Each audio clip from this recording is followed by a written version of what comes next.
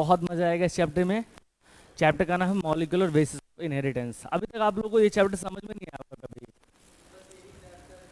जो नहीं समझ में आया ना, लेकिन मैं गारंटी लेता हूँ कि ये चैप्टर तुम्हें बहुत मजा आएगा पढ़ने में। हाँ, वो है ऐसा चैप्टर।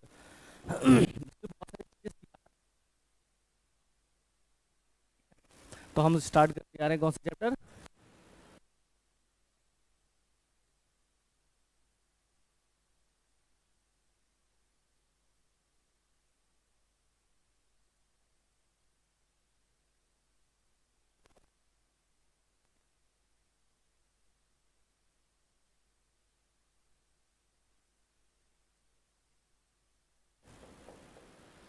इनहेरिटेंस।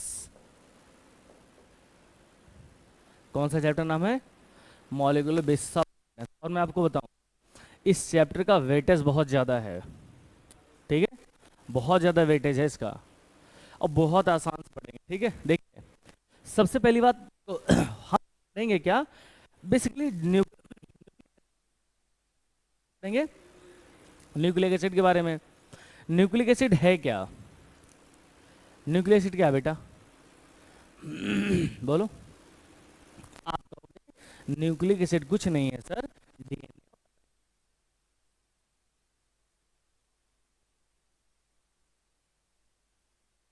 यह पॉलीमर ऑफ मोनोन्यूक्लियोटाइड, या कह दो न्यूक्लियोटाइड का पॉलीमर है।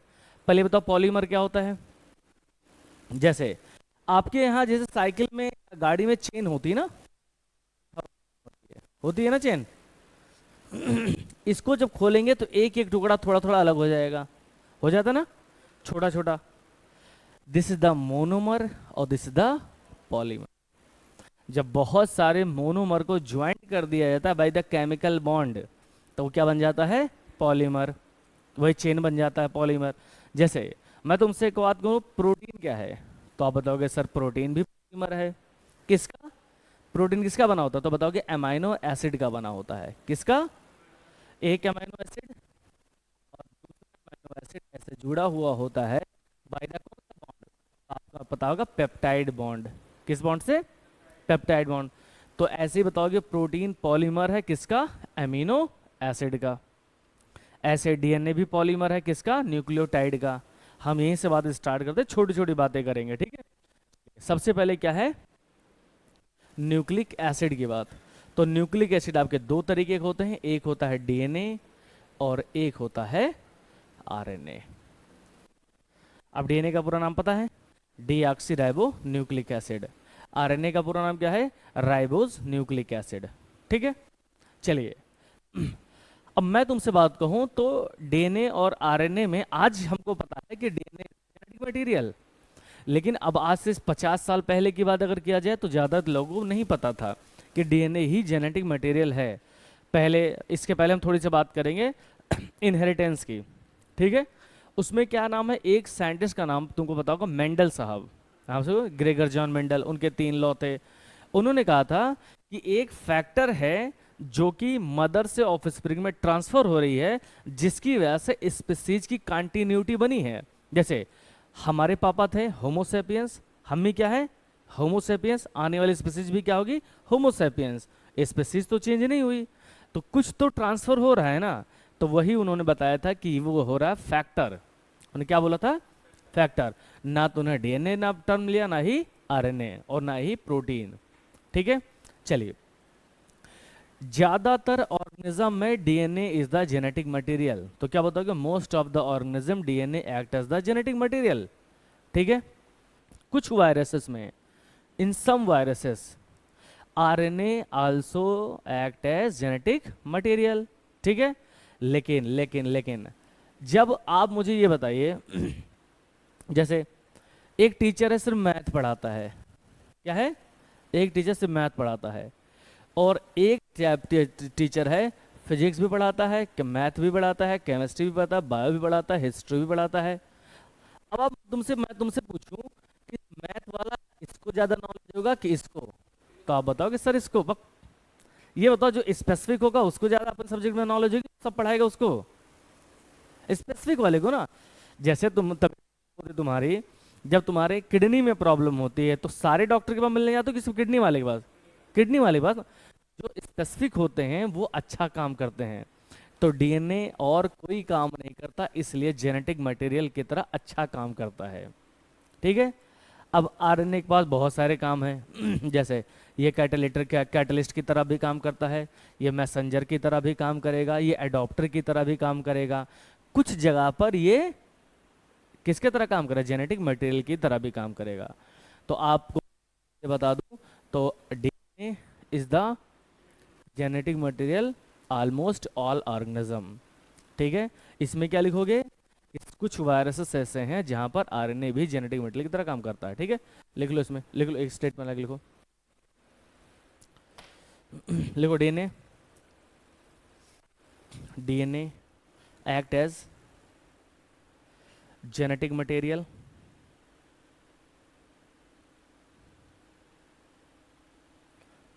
DNA is the genetic material in the most of the organism, in most of organism। बताओ, जहां नहीं समझ में आया तुरंत बोलना, अब मैं कहता हूं तुम्हें समझ में आएगा। चलिए आगे इसमें आइए, लिखो आरएनए, आरएनए इसी के साथ लिखना, आल्सो एक्ट एज,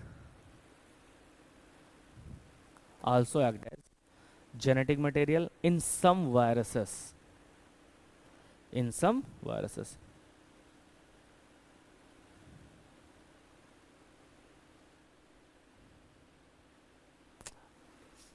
चलिए अब मैं तुमसे कहूं तो ये क्या होगा, कुछ वायरसेस में होगा, सम वायरसेस में कहूंगा, सम वायरस।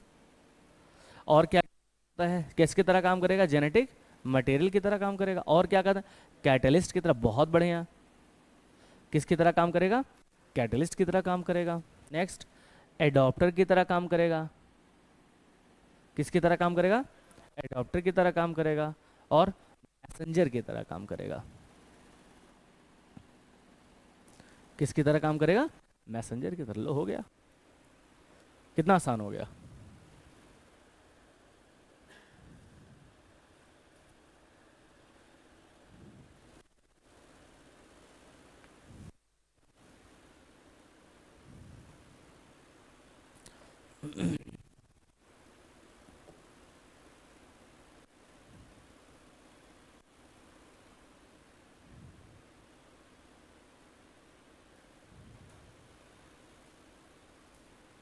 ठीक है बेटा, चलिए अब मेरी बात सुनो। बेसिकली आपके यहाँ इस चैप्टर के बारे में क्या क्या लिखा, हम वो क्या क्या पढ़ेंगे। एक तो पढ़ेंगे डीएनए के बारे में, किसके बारे में पढ़ेंगे, डीएनए के बारे में। दूसरा पढ़ेंगे ट्रांसक्रिप्शन के बारे में, रेप्लिकेशन वाले पढ़ेंगे, रेप्लिकेशन के बारे में पढ़ेंगे। फिर ट्रांसक्रिप्शन के बारे में पढ़ेंगे, किसके बारे में, ट्रांसक्रिप्शन। और फिर ट्रांसलेशन के बारे में पढ़ेंगे, इतनी चीज़ के बारे में पढ़ेंगे। चलिए मुझे बताया रेप्लिकेशन क्या होता है। भाई रेप्लिकेशन का फॉर्म करना, रेप्लिकेशन का मतलब होता है कार्बन कॉपी। जैसे तुम तो फोटो कॉपी करवाते हो ना, तो फोटो कॉपी में जो लिखा रहता है वही फोटो कॉपी में आता है। तो आप कहोगे रिप्लिकेट करना, जैसे क्या होता है बेटा, तो बताओगे सर डीएनए से डीएनए बन जाए, या आरएनए से आरएनए बन जाए। Very good, this the replication. सब कहाँ होता है, तो बताओ सेल डिवीजन में होता है, सेल डिवीजन में ही तो होता है। दूसरा, अब है ट्रांसक्रिप्शन। ट्रांसक्रिप्शन में क्या होता है, डीएनए आरएनए बना देता है। क्या बनाएगा, डीएनए किस में चेंज हो जाएगा, आरएनए में। बेसिकली वो आरएनए एमआरएनए, बाद में बताऊंगा, अभी आप आरएनए से अच्छा। अब इसमें क्या होता है, अब आरएनए बन चुका, आरएनए से क्या बनेगा, प्रोटीन बन जाएगा। क्या बन जाएगा, आरएनए से प्रोटीन। इसको कुछ बोलते हैं, वो मैं बाद में बताऊंगा। सेंट्रल डॉगमा, क्या बोलते हैं, सेंट्रल डॉगमा ने दिया, क्रिक ने दिया, मैं बताऊंगा अभी थोड़ी देर बाद। हाँ, फ्रांस से क्रिक ने दिया था, बहुत बढ़िया।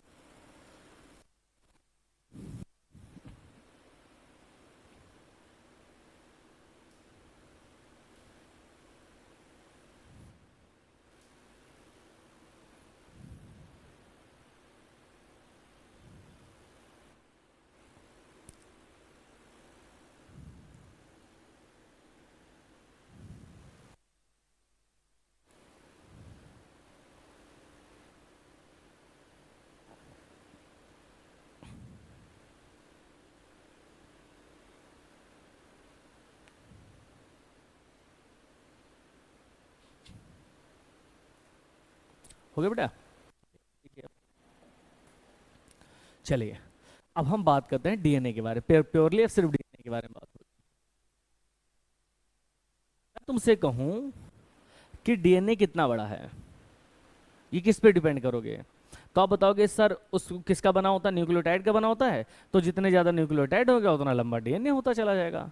तो सीधा सीधा length of DNA depend on number of nucleotide. एक स्टार बना के लिख लो, length of DNA, length of DNA is depend on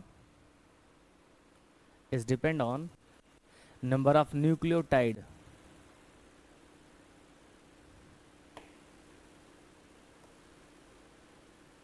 अच्छा डीएनए है क्या? तो बताओ कि एक पॉलीमर है किसका? डीऑक्सी राइबो न्यूक्लियोटाइड का। किसका? डीऑक्सी राइबो न्यूक्लियोटाइड का। बस डीएनए हो गया, खत्म। नेक्स्ट पॉइंट लिखो, उसमें लिखो it is the polymer of, it is the polymer of deoxy ribo nucleotide. अभी बताएंगे न्यूक्लियोटाइड होते हैं, न्यूक्लियोसाइड होते हैं, सब बताएंगे अभी। चलिए अब आपके एनसीईआरटी में 4-5 ऑर्गेनिज्म के नाम लिखे हैं जिनमें ये बताया गया है इनमें नंबर ऑफ न्यूक्लियोटाइड होते कितने हैं, वो आपको याद करना, एज इट इज याद करना है। तो हैं कौन कौन? एक और क्या है इसमें होते हैं 5386। एक बार देख देख लेना बेटा, इतना ही है, देख लेना जरा। तो इसके सामने क्या लिखा है देखते रहना बेटा, गलत तो नहीं लिख रहे हैं, ठीक है। नेक्स्ट दूसरा है बैक्टीरियोफेज लैम्डा। बैक्टीरियो बैक्टीरियो हाँ ठीक है, बैक्टीरियोफेज लैम्डा। इसमें होते हैं 48,502। यहाँ पर होगा बेस पेयर, अभी बताऊंगा यहाँ न्यूक्लियोटाइड क्यों है, यहाँ बेस पेयर भी क्यों है यहाँ पर। नेक्स्ट है इकोलाई, ये आपको एज इट इज याद करना बेटा। इकोलाई इसमें कितने होते हैं? तो इसमें होता है 4.6 इंटू 10⁶ बेस पेयर। और एक ह्यूमन, ह्यूमन में याद रखना ह्यूमन होता है, इसमें एन, एन मतलब हैप्लॉइड, एन बोले तो हैप्लॉइड, एन क्या है? हैप्लॉइड, ठीक है। तो एन में हैप्लॉइड में कितने होते हैं? तो 3.3 इंटू 9 बेस पेयर लिखो।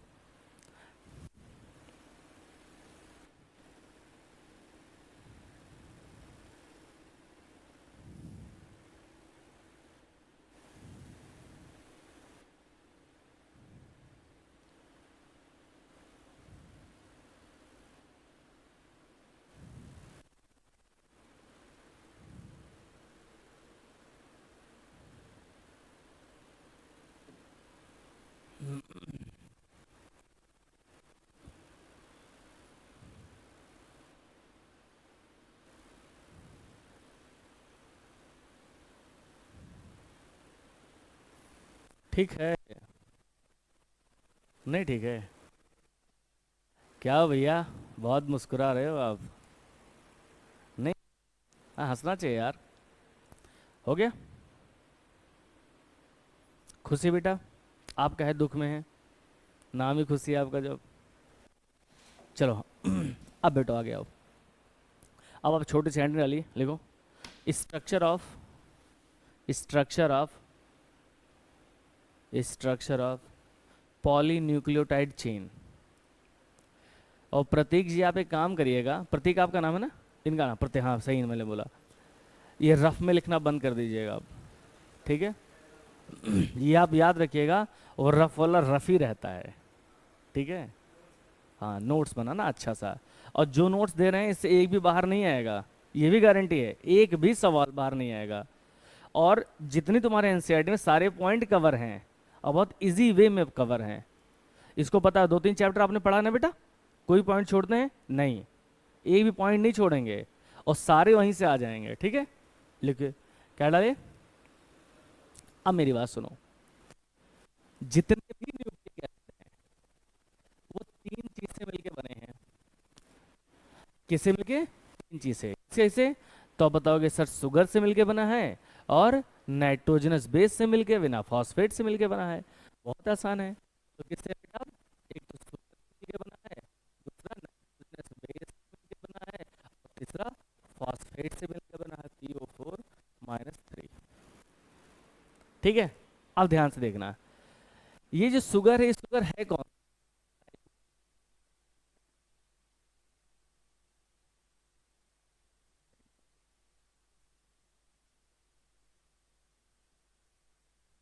है पीई होता है, वो कर लेना, ठीक है।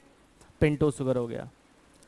अब आपके पास दो चीज है, एक तो डीएनए है, दूसरा आरएनए है। अब ये शुगर डीएनए और आरएनए में अलग अलग हो जाएगा। डीएनए और आरएनए में अलग अलग हो जाएगा। तो डीएनए में क्या बोलोगे, पहले इसमें लिखो। इसमें होता है राइबोज शुगर। क्या होता है? Ribose sugar. Ribose sugar. अब समझो पहले मेरी बात। देखो पेंटोस राइबोज शुगर भी पेंटोस शुगर ही है। अब मैं जरा पेंटोस शुगर बनाना नहीं है, मैं थोड़ा समझाऊंगा पहले। इसको आपको बनाना है ही नहीं पहले तो। यहाँ पर ऑक्सीजन, यहाँ पर होता है OH, H, OH, H, OH, H, CS2, OH और H। ठीक। अब मेरी बात सुनो पहले। ये पहला कार्बन, ये दूसरा कार्बन, ये तीसरा कार्बन, चौथा और पांचवा कार्बन। कितने कार्बन हो गए? 5। शुगर है। कितने शुगर हो गए? 5। अब मेरी बात सुनो। देखो यहाँ पर लिखा राइबोज शुगर, यहाँ पर क्या लिखोगे? डी ऑक्सी राइबोज शुगर तो है ही है। नाम क्या है पहले सुन। D oxy. डी मतलब निकालना, डी मतलब निकालना होता है। कहीं पर कोई चीज निकाला तो उसके आगे डी लगा दिया था, ठीक है। डी मतलब निकालना, ठीक है। ऑक्सी मतलब ऑक्सीजन। तो सेकंड पोजीशन के कार्बन से इस ऑक्सीजन को हम हटा देते हैं, तो यहाँ पे सिर्फ क्या बचेगा? हाइड्रोजन। मैं तुमको बताऊंगा एक चीज अभी। अभी तो देखो सिर्फ हटा दिया। कोई तुमसे पूछे कि ऑक्सीजन ज्यादा या ऑक्सीजन की इलेक्ट्रॉन नेगेटिविटी ज्यादा होती है, ज्यादा होती है, इस पर ऑक्सीजन ज्यादा रिएक्टिव होता है। अब हमने क्या किया, ऑक्सीजन निकाल दिया। अब कोई पूछे डीएनए और आरएनए में ज्यादा स्टेबल कौन है? डीएनए। Very good, DNA. क्यों डीएनए ज्यादा स्टेबल है? क्योंकि पेंटोज शुगर के सेकंड पोजीशन का ऑक्सीजन हमने हटा दिया, जो रिएक्शन कर रहा था। जो रिएक्शन करेगा उसकी स्टेबिलिटी कम हो जाएगी। बस। अब आपको आपको बात समझ आ गई। यहाँ पर अगर ऑक्सीजन था तो उसकी रिएक्टिविटी ज़्यादा थी, ऑक्सीजन नहीं है तो उसकी रिएक्टिविटी कम हो गई, स्टेबिलिटी ज़्यादा हो गई। तो ये बात समझ में आ गया, पेंटो शुगर में क्या चेंज करते हैं जिससे ये हो जाता है, ठीक है। चलिए हटा दे इसको। अब दूसरे इस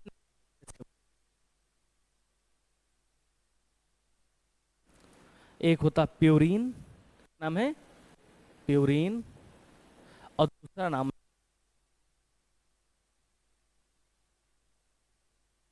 ये बड़ा लिखा है कि ये बड़ा कौन है साइज में? पिरिमिडीन बड़ा, तो कट कर लो ना। क्या कर लो? पिरिमिडीन को क्या कर दो? कट कर दो। कट मतलब ये हो गया साइटोसिन, यूरेसिल और थायमीन। हो गया। याद भी नहीं करना है, ये बड़ा लिखा है इसको कट करो। इसके 3 पार्ट कौन कौन? साइटोसिल, यूरेसिल, थायमीन। इसके पार्ट होते हैं, एक होता है एडेनिन, एक होता है गुआनिन। तुमसे पूछा जाए कि पिरिमिडीन में कौन कौन सा आता है, बता दो। साइटोसिल, यूरेसिल, बेस कट कर दो उसको, सीयूटी कट, सीयूटी कट, लिख लो।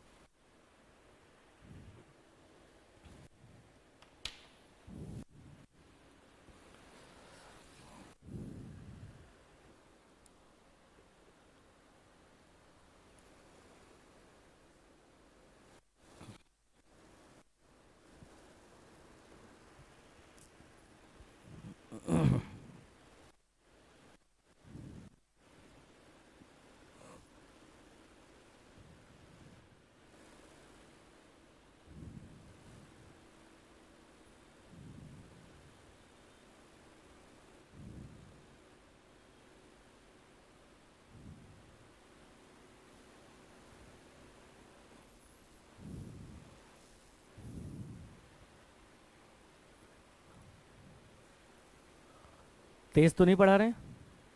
तेज तो नहीं पढ़ा रहे? स्लो? स्लो भी नहीं पढ़ा रहे ना, बस ठीक है। यहाँ तक बात मजा आ गई? चलिए अब आइए। तो प्यूरिन के इतने पार्ट? दो। कौन कौन? Adenine, guanine. पिरिमिडिन के तीन, साइटोसिल, यूरेसिल और थायमिन। खत्म। चलिए आइए हटाएं इसको बेटा। अच्छा एक चीज बताएं, देखो ये डीएनए आरएनए दोनों में पाया जाएगा, ये भी डीएनए आरएनए दोनों में पाया जाएगा। आप जरा इसको आइए, ये भी डीएनए आरएनए में दोनों जगह पाया जाएगा। अब यूरेसिल सिर्फ आरएनए में पाया जाएगा और ये सिर्फ डीएनए में पाया जाएगा। इसका मतलब डीएनए और आरएनए में सिर्फ एक जगह चेंज आएगा। थायमीन अगर है तो डीएनए, और अगर यूरेसिल है तो आरएनए।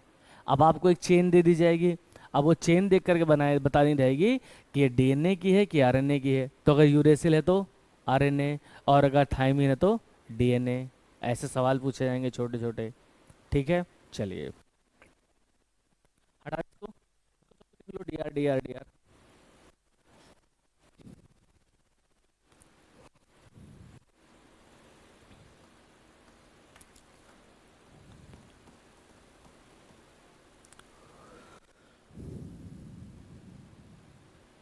ठीक है चलिए अब हम लिंकेज के बारे में पढ़ते हैं, जहां से बहुत confusion रहती है, मतलब बहुत कंफ्यूजन रहती है। ठीक है, आपके पास एक पेंटोज शुगर है, अब इसको बना यार, देखो या हम डायरेक्ट लिख दें। आपको कौन सा वहां पे चित्र बनाना है? चित्र तो बनाना नहीं है। अब ये पेंटोज शुगर है, इधर होगी C1 पहली कार्बन, और इधर होगी, इधर कौन सी होगी? C1 और इधर C5। C1 से आकर के जुड़ेगा नाइट्रोजनस बेस। सुनते रहना मेरी बात, कौन आके जुड़ेगा? Nitrogenous base. वो पूछेगा कि शुगर से जब नाइट्रोजन बेस जुड़ता है तो किस बॉन्ड से जुड़ता है, पता है? तो उसे बोलता है एन ग्लाइकोसिडिक लिंकेज। याद रखने ला इसको, बोलते हैं N N glycosidic linkage. Linkage कहो या बॉन्ड कहो, दोनों एक ही बात है। तो फास्फोस नाइट्रोजनस बेस किससे होता है? एन ग्लाइकोस से। क्या बोलते हैं? N glycosidic linkage. और जब इधर देख लो बेटा, बेटा इधर, जब पेंटोज शुगर नाइट्रोजन बेस जुड़ते हैं तो इसका एक नाम हो जाता है जिसे बोलते हैं न्यूक्लियोसाइड। क्या बोलते हैं इसे? न्यूक्लियोसाइड। बिल्कुल क्लियर याद कर लेना इसको। जब शुगर और नाइट्रोजनस बेस होते हैं तो उसे क्या बोलते हैं? न्यूक्लियोसाइड। किस बॉन्ड से जुड़े होते हैं? एन ग्लाइकोसिडिक लिंकेज से। किससे जुड़ते हैं? एन ग्लाइकोसिडिक लिंकेज से।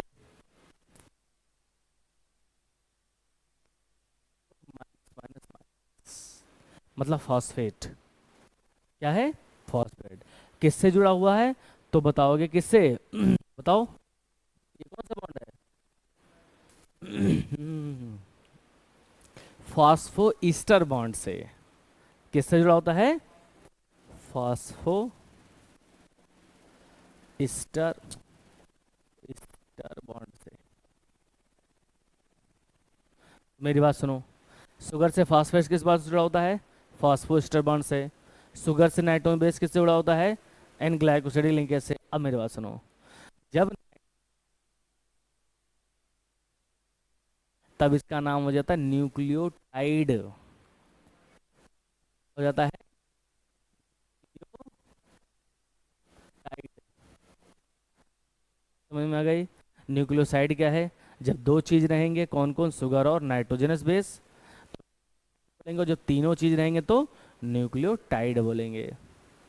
ठीक है, अब सुनो, एक न्यूक्लियोटाइड आपस में भी जुड़े होते हैं। ये कौन सा बॉन्ड होता है? इससे बोलते हैं फास्फोडाइस्टर बॉन्ड। क्या बॉन्ड से कौन सा bond? Phosphodiester bond. Phospho diester bond से जुड़े, खत्म बात। और यही सबसे ज्यादा कंफ्यूजन क्रिएट करता है। चलिए, सुगर फॉस्फेट, कौन सा bond, phosphoester, sugar nitrogen base and glycosidase linkage. जब शुगर और नाइट्रोजन बेस जुड़ते हैं तो उसे क्या बोलते हैं, न्यूक्लियोसाइड। और जब तीनों चीज आ जाते हैं तो न्यूक्लियोटाइड। दिक्कत, बॉन्ड बताओ, इसके बीच में एन ग्लाइकोसिडेज लिंकेज, इन दोनों के बीच में फॉस्फोस्टर बॉन्ड, और यहाँ पर फॉस्फो डाई लगा देना, बस ये वर्ड लगा है, देखो डाई, खत्म। अब छाप लो इसको।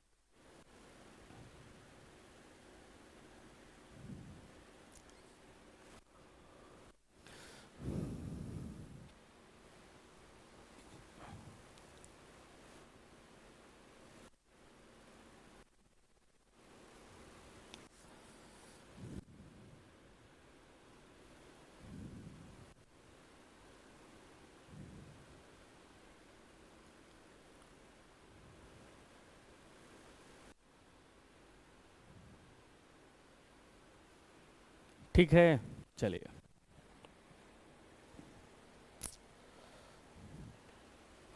हटा दे बेटा, कोई दिक्कत। चलिए, याद हो जाएगा ये। अब आइए नेक्स्ट कुछ बातें और देखिए। एक चेन है, ये चेन है, मान लो एक कोई चेन है, क्या है, चेन है। तुमने ध्यान दिया होगा, तो मैंने कहा था एक शुगर होता है यहाँ पर, शुगर है, 55 से। अच्छा, इधर कौन सा एंड होगा, तो बताओगे सर इधर ओ एच फ्री रहता है। क्या होता है, ओ एच। ठीक सुनते रहना भाई। जिधर फॉस्फेट, क्या बोलते हैं, और जिधर ये होता है उधर 3 प्राइम। तो आप बताओगे, चूंकि जब स्टार्ट करोगे तो उधर फॉस्फेट आगे जुड़ेगा, शुगर का ओ एच फ्री रहेगा, एंड ओ एच फ्री रहेगा। अब सीधे सीधे एक बात याद कर लेना, क्योंकि वहां फिर मैं बताऊँ, फिगर तो बनाना नहीं है आपको, आपको याद होना चाहिए। तो आप बताओ सर 5 एंड की तरफ क्या, फॉस्फेट ग्रुप, और 3 एंड की तरफ क्या फ्री होता है, ओ एच ग्रुप। बस इतना आपको बात कर लेना। तो अब एक छोटा सा ऐसे बना लो ऐसे, और इधर लिख लो, क्या लिखोगे, लिखोगे फॉस्फेट, और कौन सा एंड है, 5 प्राइम, 3 प्राइम, इतना करना है आपको।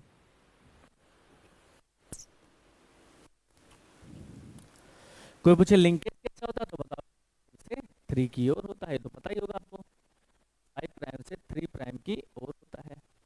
ऐसे जुड़ता चला जाएगा आगे की तरफ बढ़ता, बन गया। तो फॉस्फेट कितना फ्री होता है, 5 प्राइम की ओर। अच्छा, 5 और 5 ऐसे याद करना, पी से 5 और पी से 5, खत्म। 5 की तरफ कौन फ्री है, फॉस्फेट, पी से पी 5, जो भी याद करना याद कर लो। चलिए अब ध्यान से देखो, देखो कोई पूछे सर यूरेसिल और थायमिन में फर्क क्या होता है, यूरेसिल पूछा क्या सवाल है। जैसे मैं तुमको बता दूं,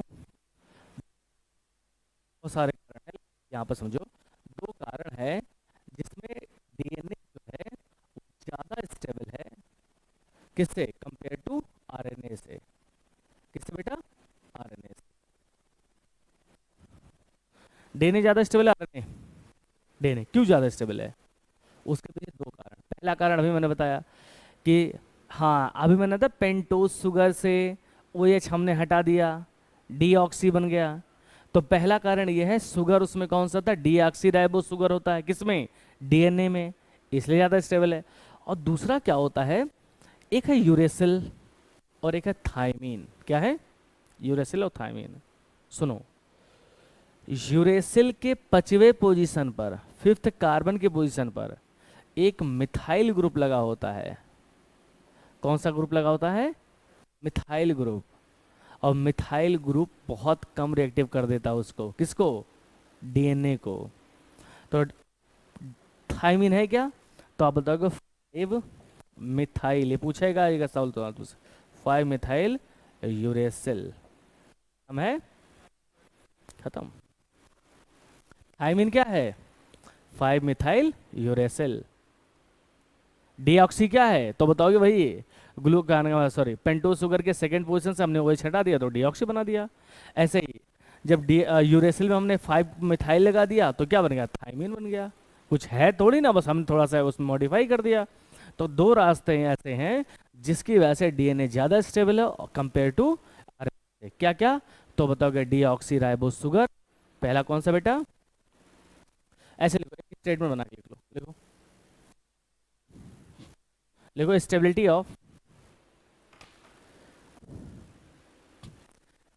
ऑफ डीएनए बाई, और ऐसे स्लैश बनाओ और नीचे लिखो ए नंबर पे लिखो presence of deoxyribose sugar, presence of deoxyribose sugar. और दूसरा 5 मिथाइल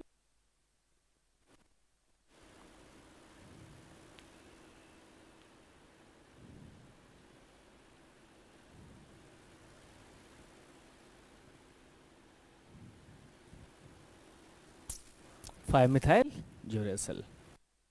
ठीक है, देखो एक्चुअली में जिसका नाम था फेडरिक मिशर, मिशर कुछ ऐसा एसिडिक मीडियम है, एसिडिक करेक्टर का कुछ कंपाउंड या कोई केमिकल पड़ा हुआ है। कैसा नेचर था? एसिडिक। कोई पूछे एसिडिक क्यों होता है? बोलो, डीएनए एसिडिक क्यों होता है? सर से नींबू निचोड़ देते हैं जिससे खट्टा हो जाता है, एसिडिक आ जाता? नहीं, उसमें फॉस्फेट होता है। क्या होता है बेटा? फॉस्फेट। और उस फॉस्फेट की वजह से क्या होता है? वो एसिडिक होता है। DNA acidic due to phosphate. ऐसे तुमसे पूछेगा, एक होता है बेसिक प्रोटीन, उसमें पाई जाती है some basic protein as present, जैसे न्यूक्लियर क्या होता है? ऑक्टामर बोलते हैं उसे, न्यूक्लियोसोम ऑक्टामर। वो बेसिक क्यों होता है? तो आप बताओगे सर उसमें एमिनो एसिड होती हैं। कौन से एमिनो एसिड होती हैं? बेसिक अमीनो एसिड होती हैं। नाम अब अभी बताऊंगा, लाइसिन होता है, आर्जिनिन होता है, बताऊंगा अभी। ठीक है, चलिए यहाँ की बात समझ में आ गई। आइए नेक्स्ट पॉइंट, एक पॉइंट लिखो,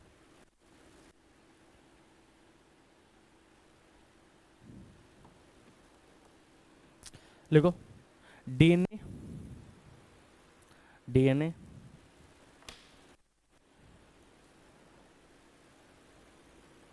डीएनए इज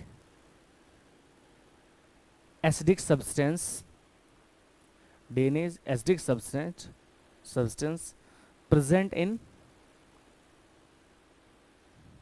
अच्छा डीएनए कहाँ होगा? न्यूक्लियस के अंदर होगा। Present in nucleus, was first identified by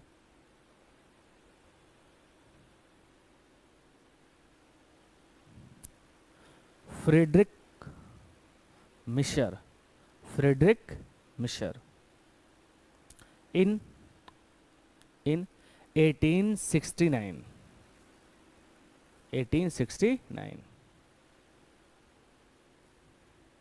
ठीक है, नेम्ड एज, उन्होंने नाम दिया था न्यूक्लिन, नेम्ड एज न्यूक्लिन।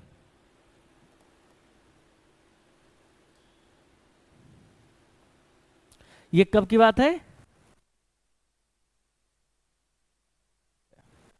उन्होंने सब कुछ बता दिया था, मतलब उन्होंने बताया कि एसिडिक सब्सटेंस है, लेकिन न्यूक्लियस से बाहर नहीं निकाला जा सकता था। क्यों? क्योंकि उस समय टेक्नोलॉजी का लिमिटेशन था। हमारे पास ऐसी टेक्नोलॉजी नहीं थी कि जो न्यूक्लियस इतना छोटा, उस न्यूक्लियस से भी बाहर निकाला जाए डीएनए को। तो उन्होंने वो लिमिटेशन की वजह से नहीं हो पाया था। आइए, ये साल है 1953 की। कब की बात है? 1953, लगभग 100 साल हो गए। देखो 1800, लगभग दो ही 2-4 साल पहले, आगे पीछे। ठीक। दो साइंटिस्ट आए, नाम क्या था? Watson and Crick. किसने है? हाँ, जेम्स वॉटसन एंड क्रिक। तो वॉटसन एंड क्रिक आए कब? 1953 में। और इन्होंने, साइंटिस्ट और है, म्यूरिन का क्या लिया? डिफ्रैक्शन मेथड को यूज करके उस डीएनए के बारे में बता डाला, और एक फेमस मॉडल दिया जिसका नाम था डबल हेलिक्स मॉडल। क्या नाम था? तो डबल हेलिक्स मॉडल किसने दिया? Watson and Crick. कब दिया? 1953 में। खत्म, यही तो पढ़ना है यार, बहुत आसान है। तो डबल हेलिकल मॉडल किसने दिया? किसको, किसके क्या यूज करके? तो एक्सरे डिफ्रैक्शन किसने दिया? अभी बताएं अभी। म्यूरिन ने दिया था। खत्म साहब, लिख लो स्टेटमेंट बना के, लिखो।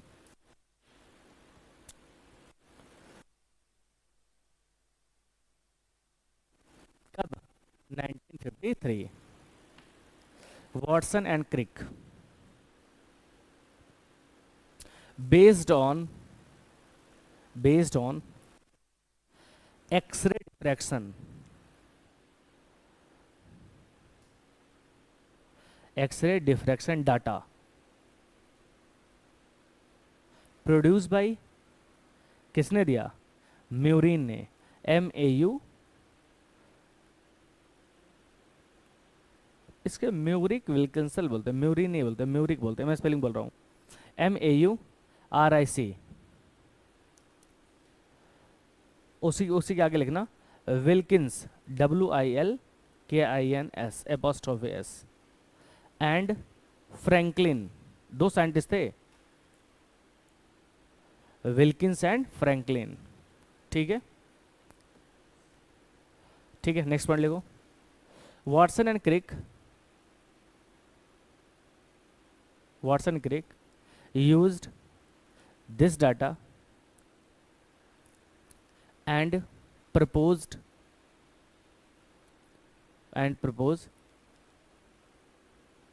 double helical model, double helix model, double helix model। ठीक है, उसके बाद एक साइंटिस्ट और है, उनका नाम है एरविन चारगाफ। क्या नाम था भैया? Erwin Chargaff. उन्होंने क्या बताया? चारगाफ रूल, हाँ चारगाफ रूल। उन्होंने कुछ नहीं बताया, उन्होंने कहा प्यूरिन बराबर pyrimidine, purine equal to pyrimidine. क्या दिया? Purine equal to pyrimidine. Next point लिखो, स्टार बना के लिखो। एरविन चारगाफ, एरविन चारगाफ, ठीक है, एरविन चारगाफ, ऐसे लिख, कॉमा लगा के लिखो, बस कुछ नहीं। अब देखो क्या दिया उन्होंने, कि प्यूरिन इक्वल टू पिरिमिडिन। अभी कैसे बताओगे आप? कैसे बताओगे? बताइए कैसे बताओगे? प्यूरिन में दो चीज, जैसे साइटोसिल है, नहीं सॉरी सॉरी सॉरी, एडेनिन है और गुआनिन है, एडेनिन है और गुआनिन है। हम डीएनए की बात करेंगे, तो चारगाफ रूल किस पर लागू होता है? सिर्फ डीएनए पर, क्योंकि डीएनए ही डबल हेलिकल होता है। ठीक है, आ गया ये जुड़ा होता है किसके साथ में? बोलो, थाइमिन के साथ में, और ये जुड़ा होता है साइटोसिन के साथ में। खत्म बात, इन्होंने नहीं तो कहा। अच्छा मैं तुमसे कहूँ, एक डीएनए है, क्या है? एक डीएनए, समझते रहना, इस सवाल को तुम लोग बता सकते हो। एक डीएनए है, ठीक है, इस डीएनए में हा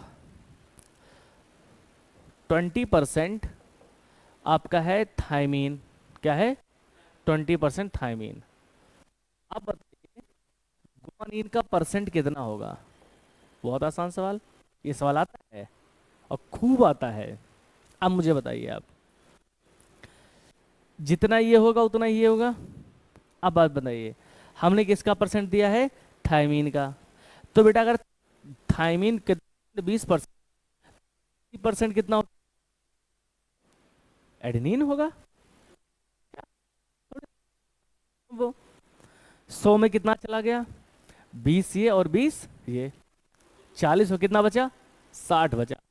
60 में ये कितना है भैया? 30 कर दो तो 30%, ये खत्म बात। इसके बारे में पूछे तो ये भी 30%। कितना आसान है, थोड़ा दिमाग लगा लेना वहाँ पे, है ना।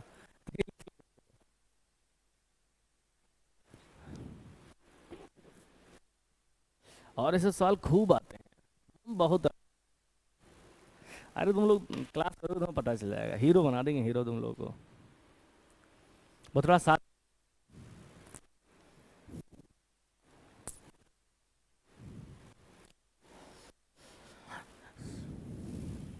तुम लोग पियो और पानी है, प्यास लगी है थोड़ा सा।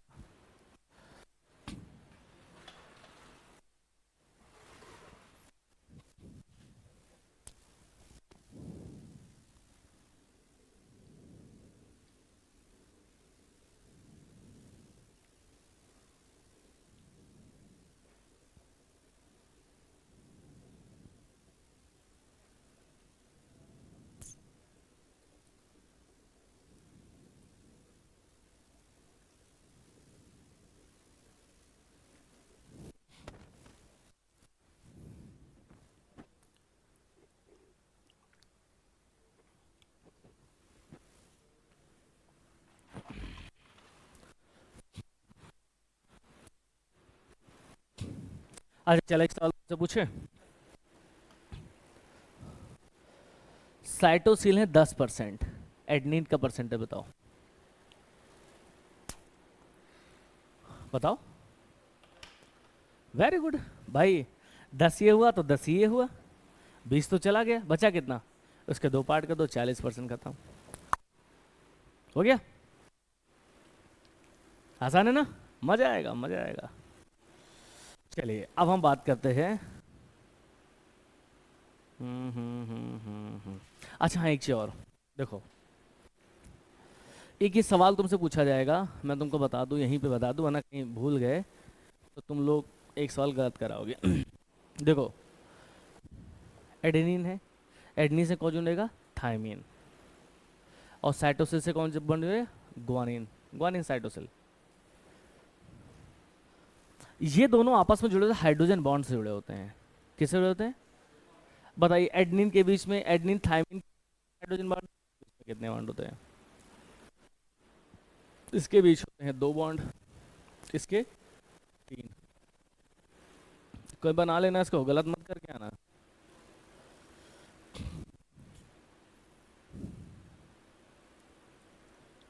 एक तुम लोग से केमिस्ट्री का सवाल पूछ ले, देखे तुम लोग बता पाते हो कि नहीं। वैसे बता ले जाओगे, मुझे पता है। ये कौन सा बॉन्ड है बेटा दोनों के बीच में? हाइड्रोजन बॉन्ड है। कौन हाइड्रोजन बॉन्ड है। चलिए भाई, चारों लोग बताएंगे सवाल का। हाइड्रोजन बॉन्ड में कितने इलेक्ट्रॉन इन्वॉल्व होते हैं? जनरली एक बॉन्ड में कितने इलेक्ट्रॉन होते हैं? 2। जनरली एक बॉन्ड में कितने इलेक्ट्रॉन होते हैं? 2। हाइड्रोजन बॉन्ड में कितने इलेक्ट्रॉन होते हैं भाई? बताइए। अब पता ही तुमको भाई, जनरली एक बॉन्ड में कितने इलेक्ट्रॉन? 2। लेकिन हाइड्रोजन बॉन्ड में कितने इलेक्ट्रॉन होते हैं? कितने? 3। नहीं नहीं नहीं नहीं। कितना? एक बॉन्ड नहीं होता है, एक बॉन्ड नहीं होता है, सॉरी एक इलेक्ट्रॉन। इसको याद कर लेना, इस सवाल पूछ लिया तो खेल जाओगे ऐसे वहाँ। और तुम्हारे एनसीईआरटी में है, in hydrogen no electron involve. Hydrogen bond बनता कैसे है तो बताओगे? इंड्यूस डायपोल इंड्यूस अट्रैक्शन से। इतना बड़ा नाम याद रख ना रखो, यही आपको 0 इलेक्ट्रॉन होते हैं। ठीक है भैया।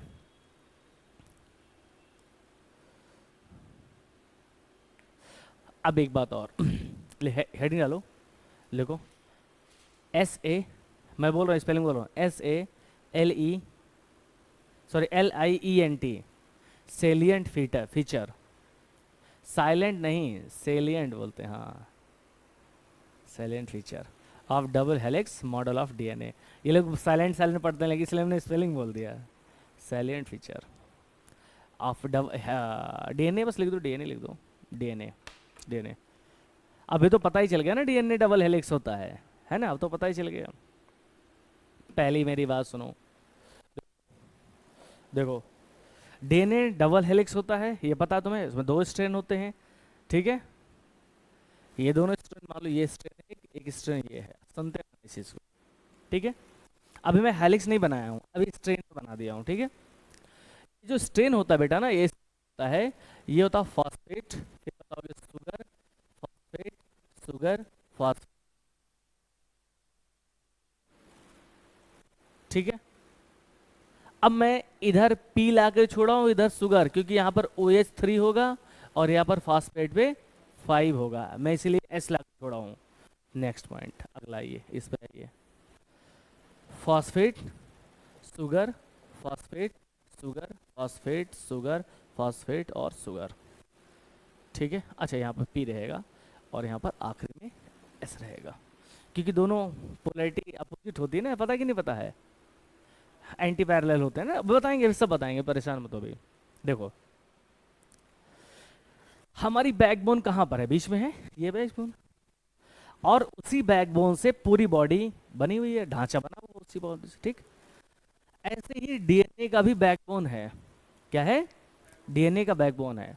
तो सवाल पूछेगा सर बैकबोन ऑफ डीएनए में कौन कौन होता है, तो यही बैकबोन है भैया, कौन कौन है, शुगर है और फॉस्फेट है, बस खत्म।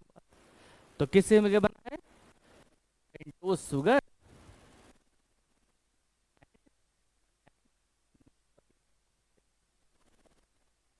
खत्म सवाल।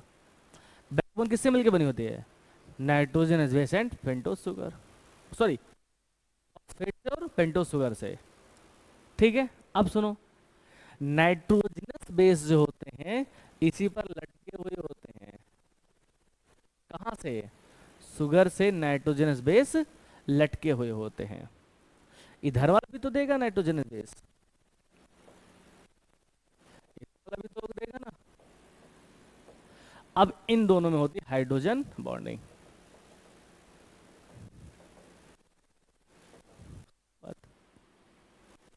तो पेंटोज शुगर से क्या, पहले बताओ बैकबोन किससे मिलकर बनी है, शुगर एंड फॉस्फेट, ठीक है। नाइट्रोजनस बेस कहाँ है, लटके हुए हैं, खत्म, बस बना लो चाहे। तो कभी लटकाया हो कि नहीं लटकाया हो,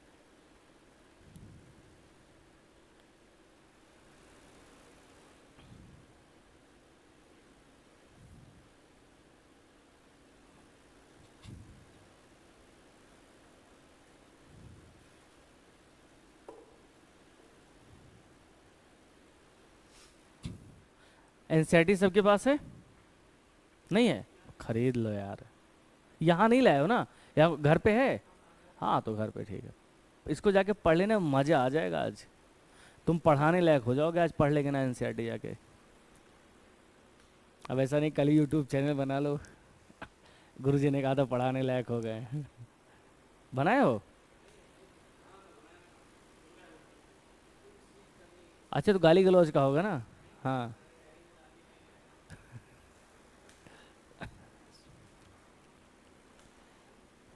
हो गया भैया, चलिए। अब अगला पॉइंट तुम्हारे एनसीईआरटी में ये कहा है कि ये डीएनए का जो स्ट्रैंड होता है ये पैरेलल होता है कि एंटी पैरेलल होता है, एंटी, अभी बताया था नहीं, अभी देखो जब मैंने इधर बताया था तो इधर मैंने 5 प्राइम बनाया था और इधर 3 प्राइम, तो अब जब इधर के ऐसे डायरेक्शन में दो, ऐसे डायरेक्शन में, अब इधर जब चलेगा तो इधर का इधर होगा, इधर कौन सा डायरेक्शन होगा, 5 प्राइम और इधर 3 प्राइम। तो एक इधर और एक इधर, इसे क्या बोलते हैं? Anti parallel. तो एक स्टार बना के पॉइंट लिख लो। लिखो, क्या लिखोगे? लिखो स्टैंड आर, ऐसे लिखो two strand have antiparallel fashion. कौन सा फैशन होता है? हाँ, एक का एक तरफ मुंह, दूसरी तरफ पैर, जस्ट लाइक उल्टा, एंटी पैरेलल फैशन। ठीक है, जैसे एग्जांपल लिख लो, ऐसे लिखो वन स्टैंड, उसी के आगे लिखो one strand is 5 prime to 3 prime, ऐसे लिखो one strand is 5 prime to 3 prime and other 3 prime to 5 prime. बस खत्म। ठीक है, चलिए अब आगे चलते हैं थोड़ा सा और। पिच जानते हैं? पिच क्या होता है? पिच क्या होता है? ग्राउंड को पिच थोड़ी ना बोलते हैं। चलिए मैं बता रहा हूँ पिच। फिजिक्स तुम लोग पढ़े थे ना, फिजिक्स पिच। तो पिच देखो, जब हम कोई बोल्ट लेते हैं, बोल्ट को एक बार घुमाने पर जितना वो दूरी बनाता है उसे पिच बोलते हैं। पता है कि नहीं पता है? चलिए मैं बताऊँ अभी। देखो देखो,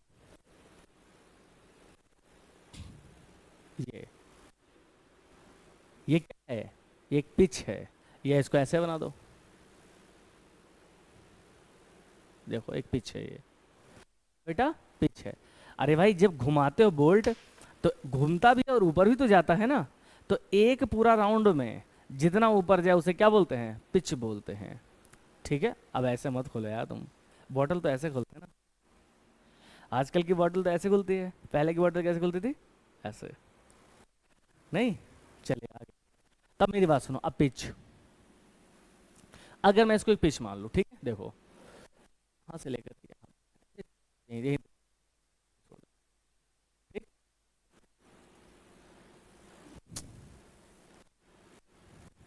देखो, एक पिच में रफली 10 बेस पेयर होते हैं, ये तो पता ही ना। कितने बेस पेयर होते हैं? 10। तो मैं 5,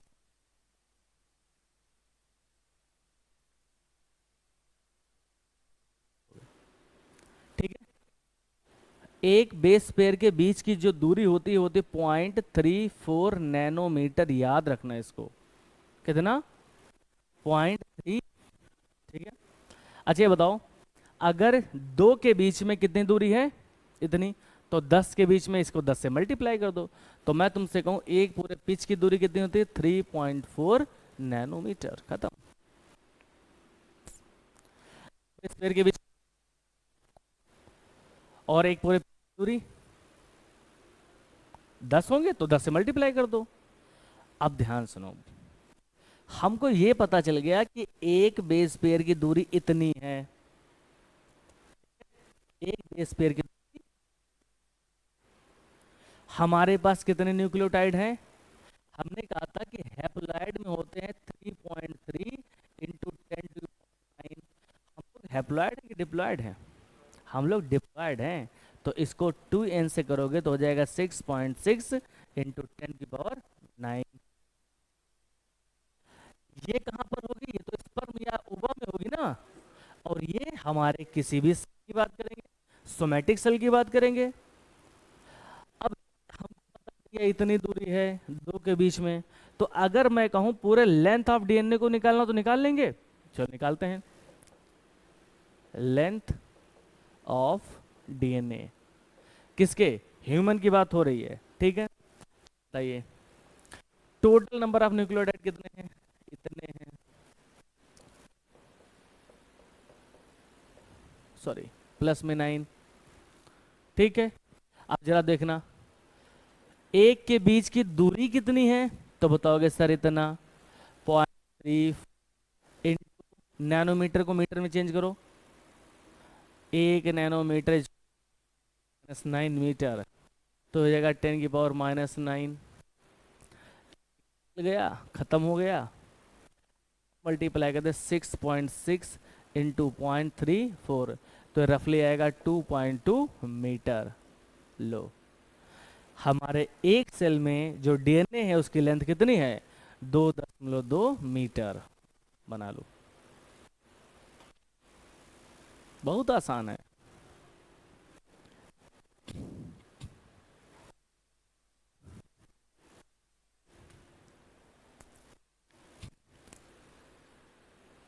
कि तुम्हें जीने में आसानी बहुत है। क्या भैया? तुम्हें जीने में आसानी बहुत है, तुम्हारे खून में पानी बहुत है।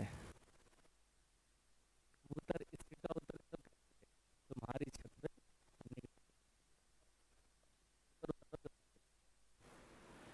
ऐसी छत पे मत उतारना जहाँ मार पड़ जाए।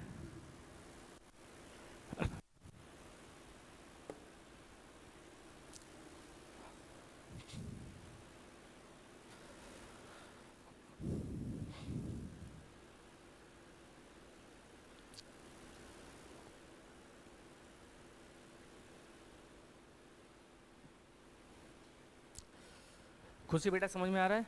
पक्का? बाद में तो नहीं कहोगे सर समझाया नहीं।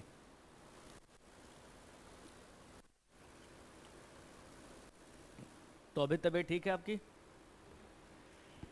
चलो भगवान करे ऐसे स्वस्थ रहें आप, एटलीस्ट एग्जाम तक। नहीं, हम तो चाहते तुम लोग अमर हो जाओ यार, कम से कम 200-300 साल जियो, जब तक हाथ पैर में कीड़े पड़ जाएं तब तक। 100 साल बहुत हैं। चलो 100 साल ही जियो, इच्छा मृत्यु हो तुम्हारी। अगर तुम किसी का भी, अच्छा मान लो इक्वलाई का निकालना हो तो कैसे निकालोगे? इक्वलाई में कितने बेस पेयर? सर 4.6 × 10⁻⁶ मल्टीप्लाई कर दो पर, पता चल गया ना? तो हटा इसको बेटा। चलिए अब बात करते हैं थोड़ा सा और। लिखो, एक स्टार बना के पॉइंट लिखो।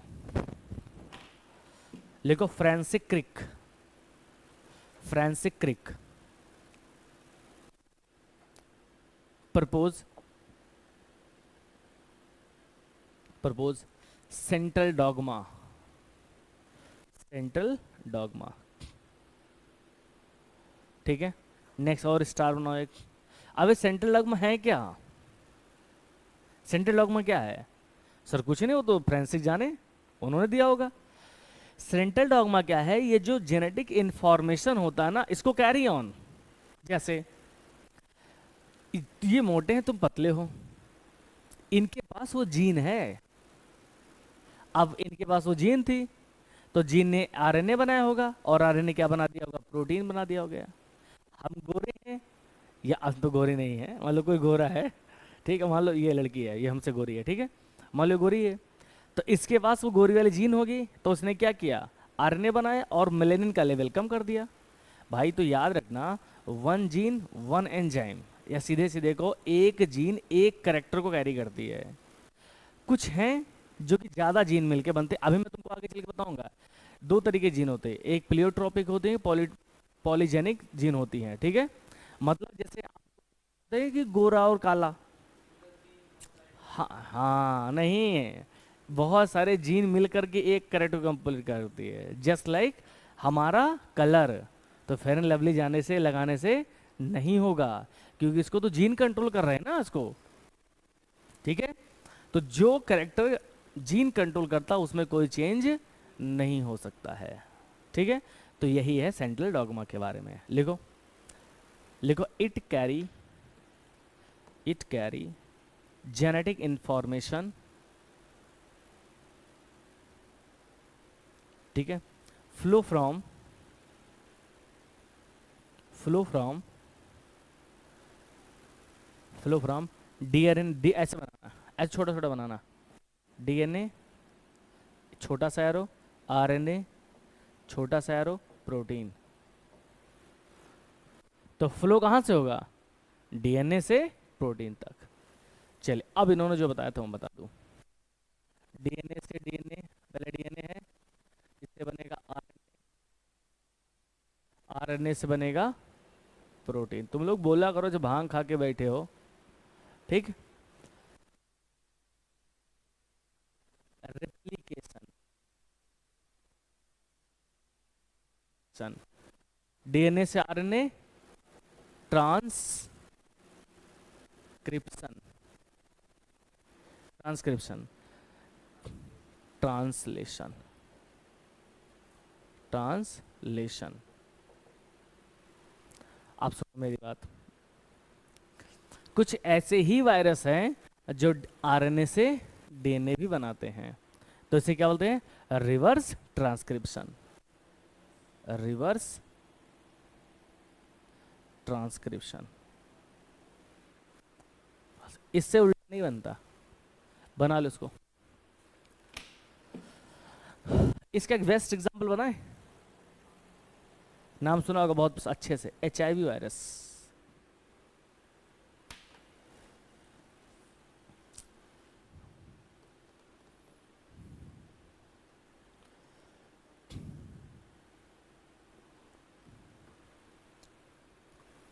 कौन सा वायरस?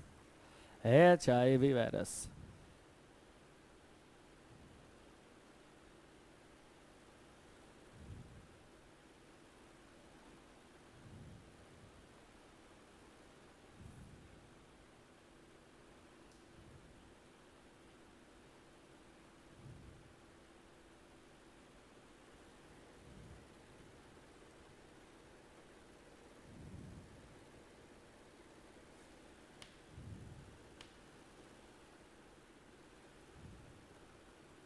हो गया बेटा?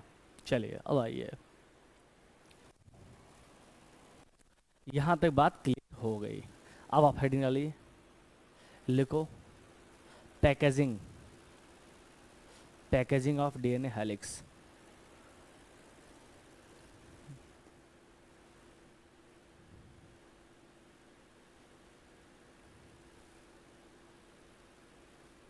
ठीक है, चलिए अब आइए, पहले एक छोटू सा फिगर बनाएंगे, पहले ये समझो। पहले अच्छा बताओ, प्रोकैरियोट, जैसे ये बताओ डीएनए कहाँ पर है? डीएनए कहाँ पर है? सर आप बताओगे न्यूक्लियस के अंदर है। प्रोकैरियोट में न्यूक्लियस होता है? प्रोकैरियोट में कितने न्यूक्लियस होते हैं आप बताइए पहले आप। How many nucleus present in prokaryotes?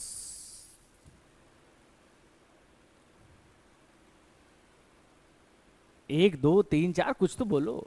एक, आप बताओ। दो, आपने दो कह दिया, आपने एक कह दिया, और आपने कुछ नहीं कहा। कुछ नहीं कहा मतलब क्या जाने? नहीं होता है, पता नहीं। अब सुनो मेरी बात, प्रोकैरियोट को प्रोकैरियोट क्यों कहते हैं? क्योंकि उसमें न्यूक्लियस नहीं होता है। अरे दादा, प्रोकैरियोट को क्यों कहते हैं? क्योंकि उसमें न्यूक्लियस ही नहीं होता है। प्रिमिटिव टाइप की सेल होती है, कोई वेल डेवलप ऑर्गेनेल्स पाया नहीं जाता, तो उसमें डीएनए भी, सॉरी न्यूक्लियस भी नहीं आता। लेकिन डीएनए होगा, वरना पता चले कि अभी प्रोकैरियोट में इकोलाई है, इकोलाई में डीएनए ही नहीं है, ऐसा तो कैसे? तो अपना स्पीसीज ही नहीं आगे बढ़ा पाएगा वो।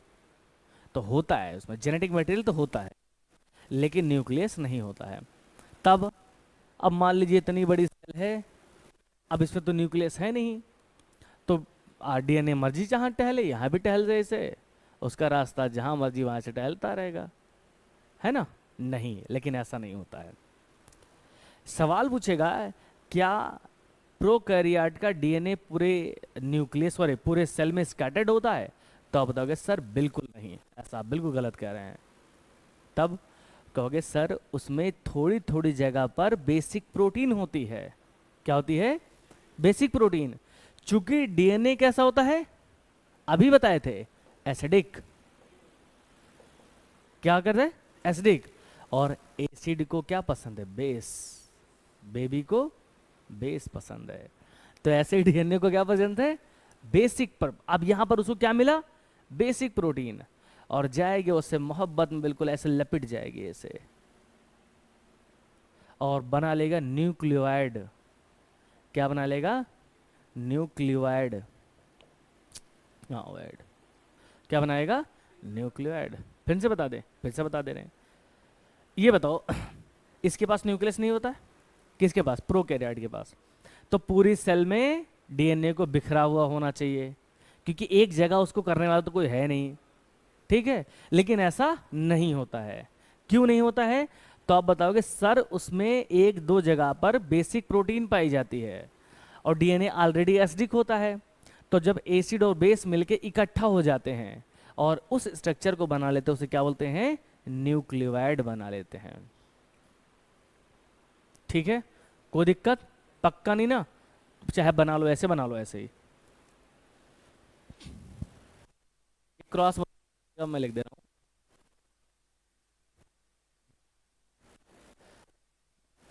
Not scattered.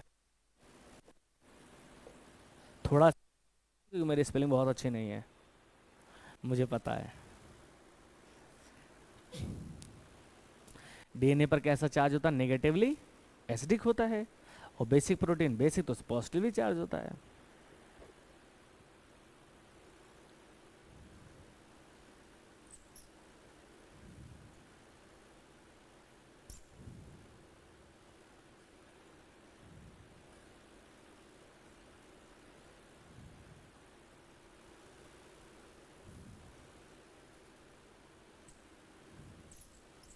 ठीक है, अब आइए। अब हम यू कैरियोट हटा दे बेटा, खुशी। चलिए, अब जब हम बात करें किसकी? यू कैरियोट के बाद, तो यू कैरियोट के पास, अच्छा बताओ, हमारा डीएनए कितना बड़ा है? कितना? 2.2 मीटर। सेल कितनी बड़ी है? 1 माइक्रोन की, 10⁻⁻⁶। इसमें न्यूक्लियस भी और छोटा। उतने छोटे में इसको कैसे भरा जाएगा? तो आप बताओ कि सर बहुत ही सिस्टमैटिक क्वाइलिंग की जाती है। क्या वह बहुत कंडेंस कर दिया जाता है, उस कंडेंस डीएनए को ला करके छोटे से न्यूक्लियस में फिट कर दिया जाता है। ठीक है, अब वही बनाने जा रहे हैं। सारे न्यूक्लियो क्या नाम न्यूक्लियोटाइड है? कितने? 6.6 × 10⁻⁹, सॉरी +19। अब आइए देखिए, हिस्टोन ऑक्टामर। इस ऑक्टामर का मतलब होंगे इसमें 8 अमीनो एसिड होंगी। कितनी? 8। कौन कौन? तो बताओगे सर हिस्टोन बनेगा। पहले तो आप समझो हिस्टोन ऑक्टामर। हिस्टोन ये हिस्टोन ऑक्टामर है क्या? तो पॉलीमर है किसका? किसका? बेसिक अमीनो एसिड का। जो नहीं समझ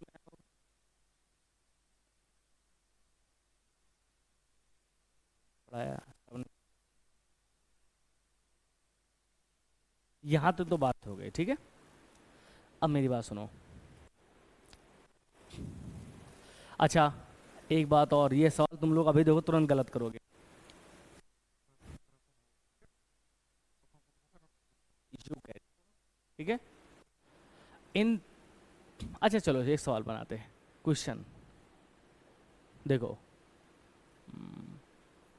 बेसिक प्रोटीन या सीधे सीधे amino acid are present in, पहला प्रोकैरियोट, दूसरा यूकैरियोट, तीसरा बोथ, और चौथा वही अपना फेवरेट नन ऑफ दीज। बताइए, प्रोकैरियोट में बेसिक प्रोटीन सिर्फ कहाँ प्रेजेंट है? गधा दोनों में है। देखो, हाँ तो अभी सुनो मेरी बात पहले, इसीलिए इसीलिए मैंने को ये चीज बताया है। अगला, स्टोन आर प्रेजेंट, पहला ऑप्शन वही अपना,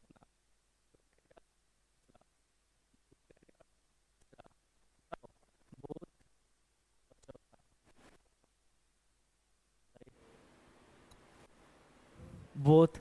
अब इसमें यू कैरियोट जाएगा।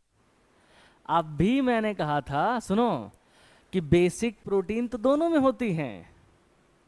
क्या चीज? बेसिक प्रोटीन तो दोनों में होती हैं, लेकिन प्रोकैरियोट में मैंने कहीं हिस्टोन का नाम लिखाया है? देखो कहीं नहीं बताया है। प्रोकैरियोट में बेसिक प्रोटीन तो होती है लेकिन हिस्टोन नहीं, उसके अलावा कुछ और हो सकती हैं। हिस्टोन के अलावा कुछ भी हो सकती हैं, लेकिन हिस्टोन नहीं होती हैं। तो बेसिक प्रोटीन तो दोनों है, प्रोकैरियोट यूकैरियोट, लेकिन हिस्टोन सिर्फ कहाँ है? यूकैरियोट में, ना कि प्रोकैरियोट। ऐसे सवाल बनेंगे आसान आसान से, और तुम गच्चा खा जाओगे वहां। इसको क्या लिख लो, क्वेश्चन बना के। समझ में आया बेटा अब? हाँ,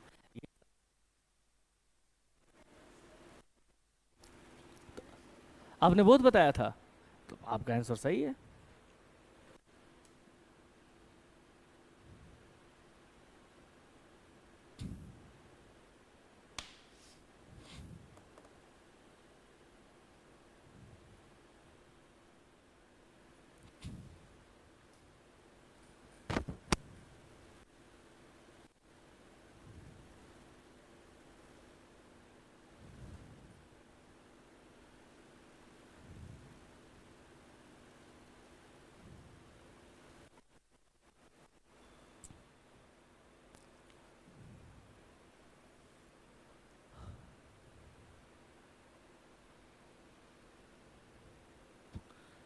कोई पॉइंट छूटा तो नहीं बेटा? एनसीईआरटी देखते रहना, सब कवर हो रहा ना?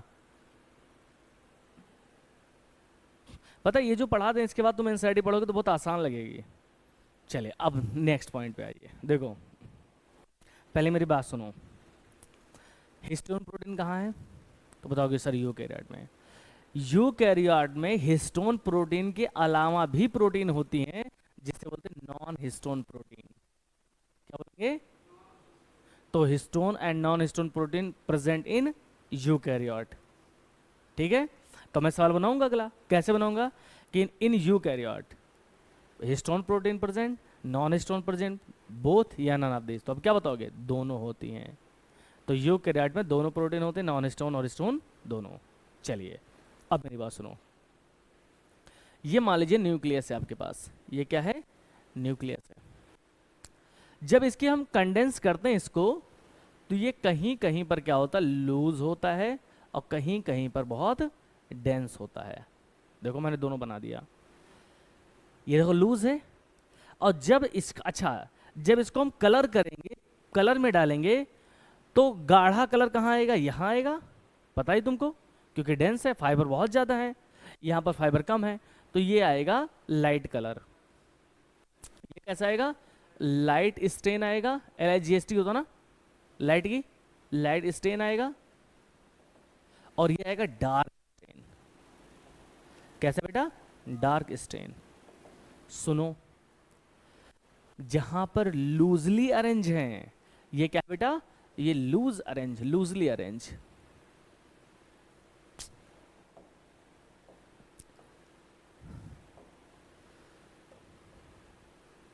लूजली अरेंज, यहां पर डेंस अरेंज। कैसा? यहां पर डेंस है और वहां पर लूज है, यहां पर डेंस है और वहां पर लूज है। उसका कलर लाइट होगा, इसका कलर डार्क होगा। भैया अभी फोन करते हैं आपको। यहाँ पर डेंस, ठीक है। जहां पर लाइट कलर होगा इसे बोलते हैं यू क्रोमेटिन। सवाल पूछेगा बेटा, क्या बोलते हैं इसे? You chromatin. जहां पर डार्क आएगा इसे बोलते हैं हेट्रोक्रोमेटिन।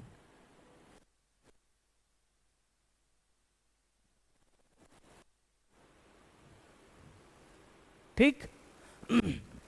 क्रोमेटिन है तो ट्रांसक्रिप्शन करेगा, RNA बनाएगा, सब कुछ करेगा। अब वो पूछेगा सर ये क्या करता है, ये क्या करता है? तो ये तो ट्रांसक्रिप्शन करेगा लेकिन ये ट्रांसक्रिप्शन नहीं करेगा, तो हम करेंगे ये है ट्रांसक्रिप्शनली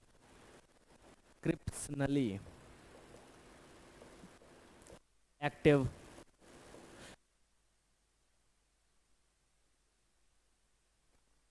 सवाल पूछेगा, बहुत बढ़िया सवाल बनता है, यहाँ से बना लो।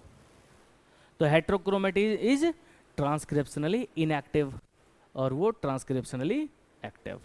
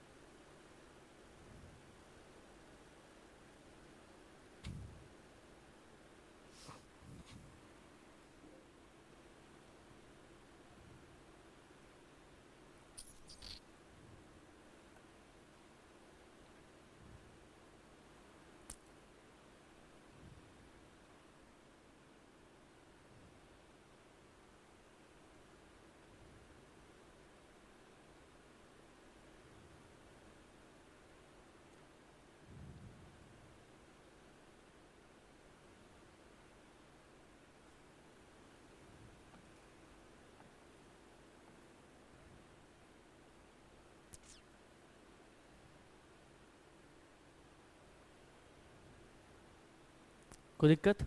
चलिए अब आप हेडिंग डालिए। यहाँ तक बात हो गई। अब हम सर्च करेंगे कि डीएनए ही जेनेटिक मटेरियल है या कुछ और है। देखो, सर्च फॉर जेनेटिक मटेरियल। अब सर्च चलना शुरू किया।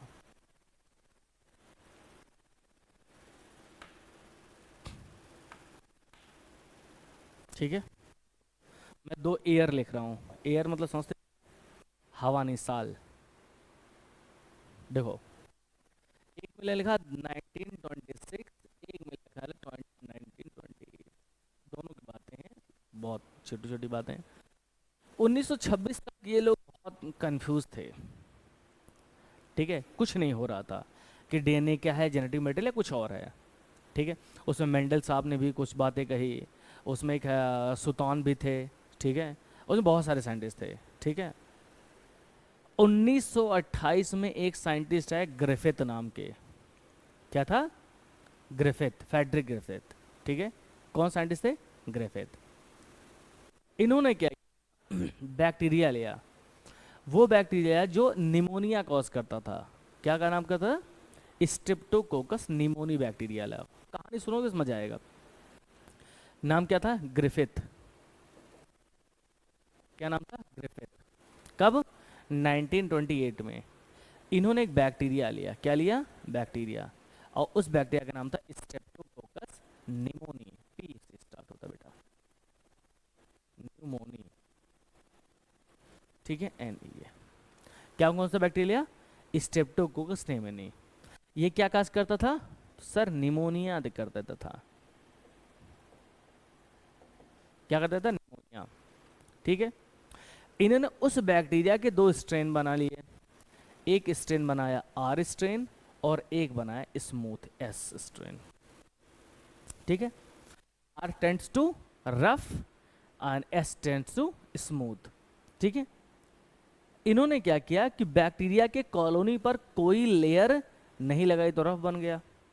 ठीक है, स्मूथ में क्या किया? बैक्टीरिया के लेयर पर म्यूकोपेप्टाइड, किसकी? म्यूकोपेप्टाइड की एक लेयर बना दी। नाम क्या था? म्यूकोपेप्टाइड। ठीक, ये म्यूकोपेप्टाइड की वजह से ये वायरुलेंट हो गया। क्या हो गया? वायरुलेंट। वायरुलेंट बोल तो इसे बोलते जानलेवा। और ये क्या हो गया? Non virulent.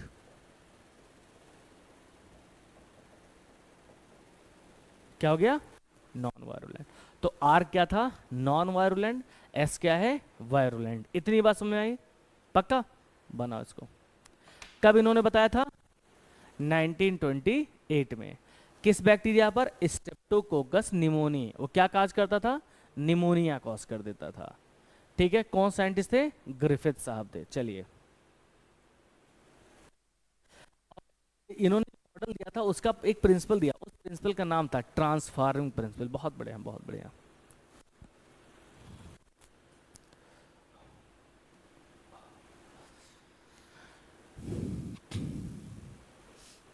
यार तुम्हारा नाम क्या? भूल गया यार। शिवेंद्र जी, समझ में आ रहा है? पक्का? प्रॉमिस? कैसे? हाँ, तुरंत पूछना, शर्माना नहीं है। आजकल की दुल्हन नहीं शर्माती, तुम तो लौंडे हो यार। हाँ, शर्माना नहीं चाहिए, हमसे तो ना ही शर्माना। खुश है बेटा आपको? कोई डाउट?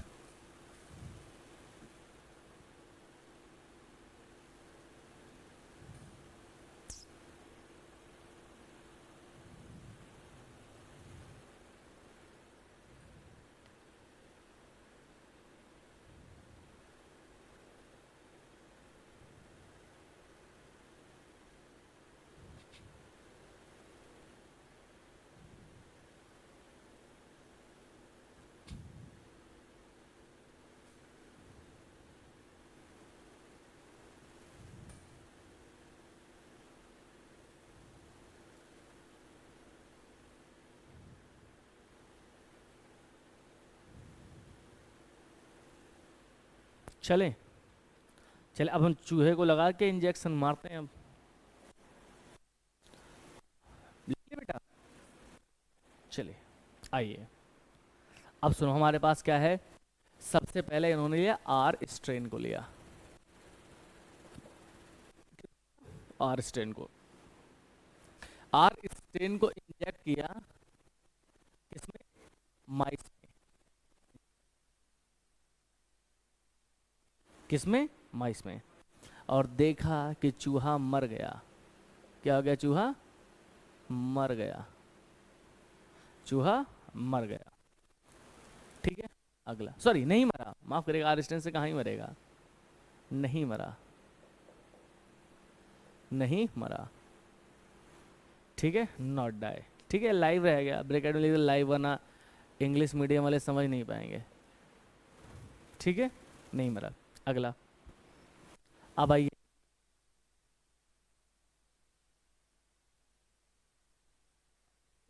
तो चूहा क्या हो गया, मर गया।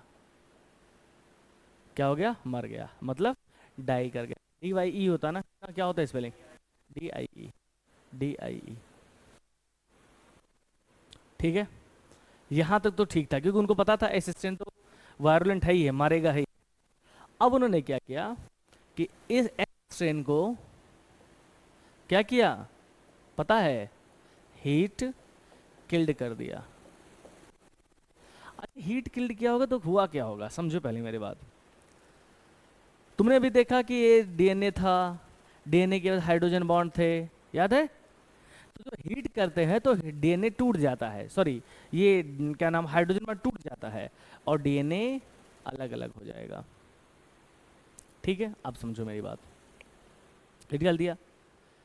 अब जब इसने एस स्ट्रेन को डाला, किसमें, एस स्ट्रेन को इंजेक्ट किया माइस में, तो क्या रह गया, लाइव रह गया। ये तो चौंक गए, ऐसा का हो गया, क्या हुआ होगा वही। अब इनका छरू को क्या करते हैं, देखो असिस्टेंट कौन सा वाला लिया है, हीट किल्ड, हीट किल्ड वाला लिया गया है इसमें। ठीक है, अगला इन्होंने क्या लिया, हीट किल्ड एस स्ट्रेन लिया, और प्लस ले लिया आर स्ट्रेन ले लिया। क्या ले लिया, आर स्ट्रेन, और दोनों को मिक्स करके इंजेक्ट कर दिया। क्या कर दिया, और इस बार चूहा मर गया।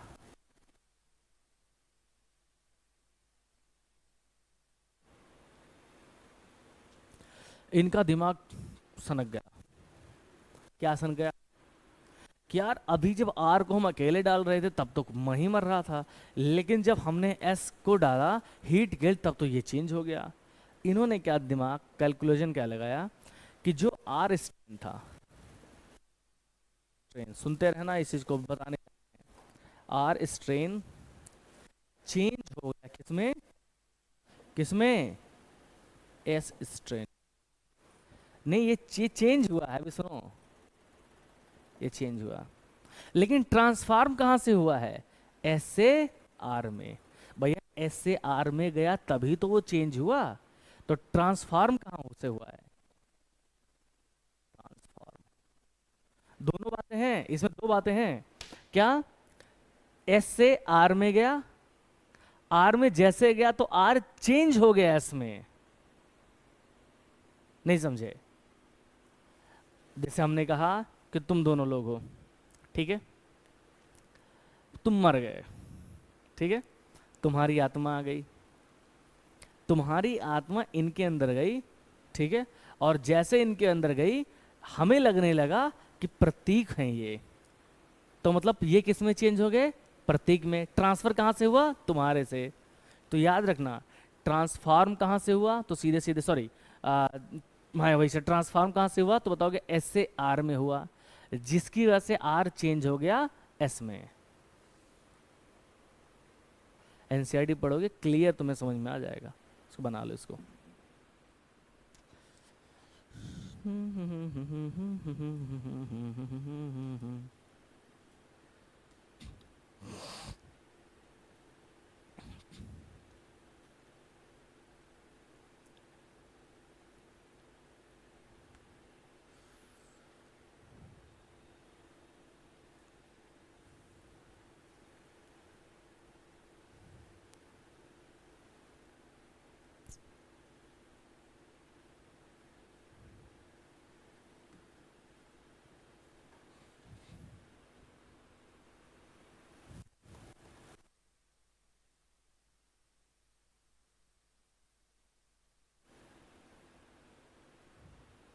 खुशी बेटा, समझ में आ गया आप दोनों भाइयों को?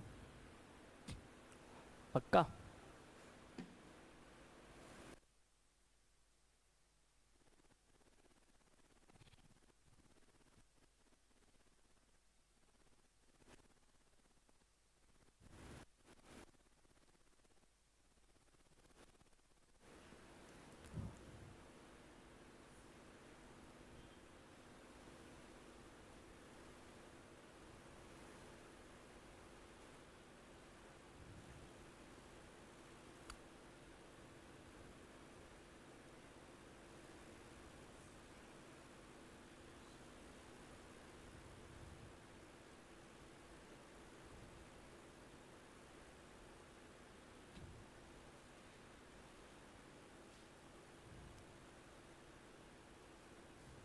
हो गया भैया? अब ये जरूर लिखना कंक्लूजन। अरे इसको लिख लो भैया, बहुत बढ़िया बहुत बढ़िया, मतलब कुछ छोड़ते नहीं हो, छापने में कोई कमी नहीं है। वो कहाँ है? बस्ती बस्ती अब भैया, तुम बस्ती क्यों? और बहू का हाल है?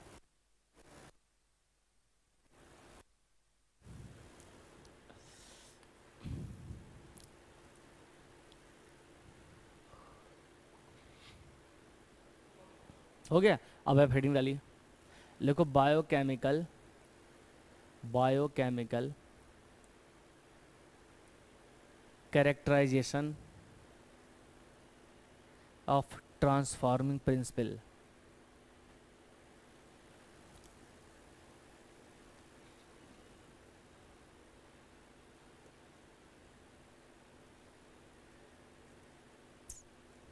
ठीक है, अब मेरी बात सुनो। अब हम ये बताएंगे कि इसका बायोकेमिकल क्या है। भाई ये क्या ट्रांसफर हुआ है, हमें तो पता भी नहीं चला ना क्या ट्रांसफर हुआ। तीन चीज हो सकता है, या तो प्रोटीन, या तो डीएनए, या तो आरएनए। क्योंकि बैक्टीरिया के पास क्या होता है, तो जेनेटिक मटेरियल प्लस प्रोटीन या आरएनए डीएनए, कुछ भी हो सकता है। ठीक, अब उस यही हम पता लगाएंगे कि इसमें है क्या। तो ये काम शुरू हुआ था 1933 में, 1933 में। कब? 1933 से। और कब तक कंप्लीट हुआ? 1944 में। लगभग कितना साल लगा? 10 ईयर लग गया। ठीक, और तीन साइंटिस्ट आए। कौन कौन? अवेरी, मैक्लॉयड, मैक्लॉयड और मैककार्टी, मैककार्टी, ये तीन साइंटिस्ट आए। कौन कौन? अवेरी, मैक्लॉयड और मैककार्टी। कब से? 1933 से लेकर के 9144। चलो इसको लिखो डाक से।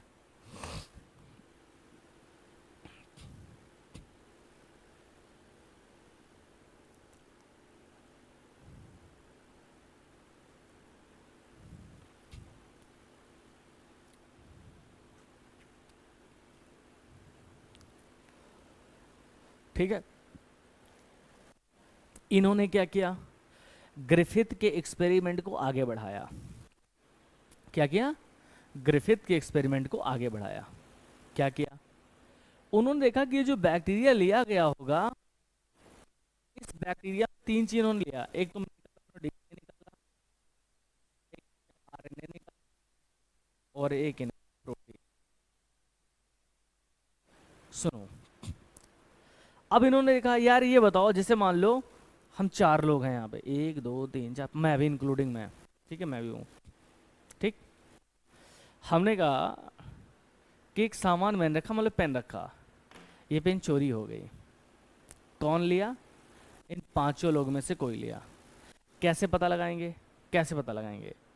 हमने क्या किया, ऐसा करते हैं, कल पे ये भी मुझे पता है कल भी ये पेन चोरी होगी। ठीक है, हमने 1 घंटे के लिए सिर्फ इनको भेजा, नहीं तुम तीनों लोगों को भेजा, हम भी आ गए, 4 लोग आ गए, इनको मैंने नहीं आने दिया। इसका मतलब चोर ये नहीं थी। ठीक है, लेकिन ये भी नहीं पता चला कि इन चारों में से कौन था। 1 घंटे के बाद मैंने उसको भी बाहर कर दिया, फिर भी पेन चोरी हो गई, इसका मतलब कौन लोग बचे? सिर्फ 3 लोग।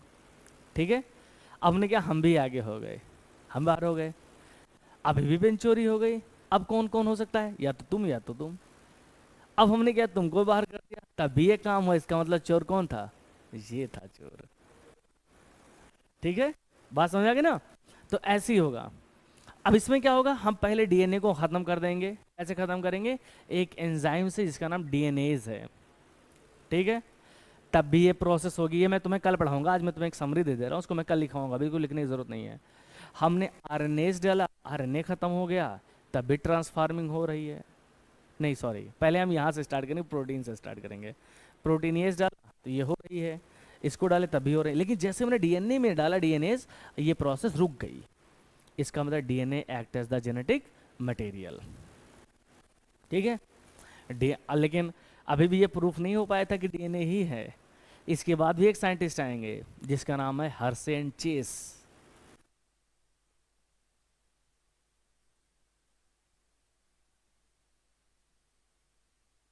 मजा चलो, हम पढ़ेंगे। अच्छा एक चीज और वर्ड मैं तुमको बता दूं, जैसे लिखा डीएनएएस और एक लिखा है डीएनएएसई, दोनों का बताओ, तुम्हारे यहाँ लिखा हुआ है। चलो बता दे रहा हूँ, देखो कहीं पर मतलब एज लगा हो, इसका मतलब होता है एंजाइम। इसका मतलब ये डीएनए डाइजेस्टिव एंजाइम है, और ये बहुत सारे डीएनए हैं। ठीक है, पक्का? पूछेंगे, बताओगे? ठीक है, हम लोग कब मिलेंगे? अगले सप्ताह इसी दिन इसी क्षण। ठीक है, आराम से करो, तब तक आप लोग पढ़ाई करते रहो। ठीक है, हाँ रिवाइज ज़रूर कर लेना, इतना काम कर लेना आप लोग। ठीक है, पक्का? चलो फिर मिलते हैं। वेलकम भाई, वेलकम। खुद से बेटा मेहनत करिए पापा हैं।